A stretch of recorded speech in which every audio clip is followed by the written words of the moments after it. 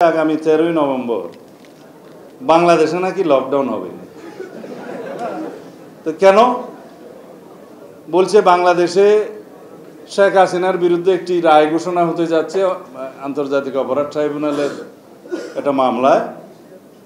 তারা ধরে নিয়েছে তাদের নেত্রীর কি হবে তারা জানে, আমরা জানি না, কারণ আমরা বিচার ব্যবস্থায় বিশ্বাস করি। আদালত কি ঘোষণা করবেন, কি রায় দিবেন আমরা তো জানি না। আমরা চাই সবাই সুবিচার পাক। সেদিন নাকি লকডাউন হবে সারা বাংলাদেশে। আমি আসলে বেশি বিশ্রী কথা বলতেও চাই না। এখন বাংলাদেশের যারা রাজনীতিতে বিশ্বাস করে নাই কোনোদিন, বাংলাদেশের গণতান্ত্রিক ব্যবস্থায় যারা বিশ্বাস করে নাই কোনোদিন, ফেসিবাদী স্বৈরাচারী কায়দায় এই দেশে দীর্ঘ অপশাসন চালিয়েছে, তারা যাদের মাধ্যমে এই দেশকে করদ রাজ্য প্রতিষ্ঠা করতে চেয়েছিল, তা আল্লাহ রাব্বুল আলামিন তাদেরকে সেই দেশে আশ্রয় দিয়েছে। অর্থাৎ দিল্লিতে তারা আশ্রয় লাভ করেছে।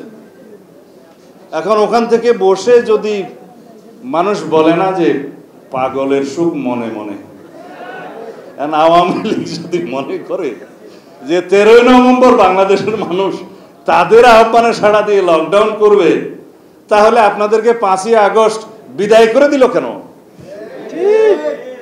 এই এক বছরের ভিতরে কিভাবে আপনাদের মনে হলো যে ফ্যাসিস্ট পতিত শেখ হাসিনা এবং আওয়ামী ফ্যাসিবাদী শক্তির পক্ষে বাংলাদেশে লকডাউন আপনারা আহ্বান করবেন আর জনগণ সাড়া দিবে? আপনারা যদি দুঃসাহস থাকে আসেন, বাংলাদেশের মানুষ আপনাদেরকে কিভাবে আপ্যায়ন করে দেখুন। আমরা তো চাই আপনারা এসে বিচারের মুখোমুখি হন, আসামির কাঠগড়ায় দাঁড়ান।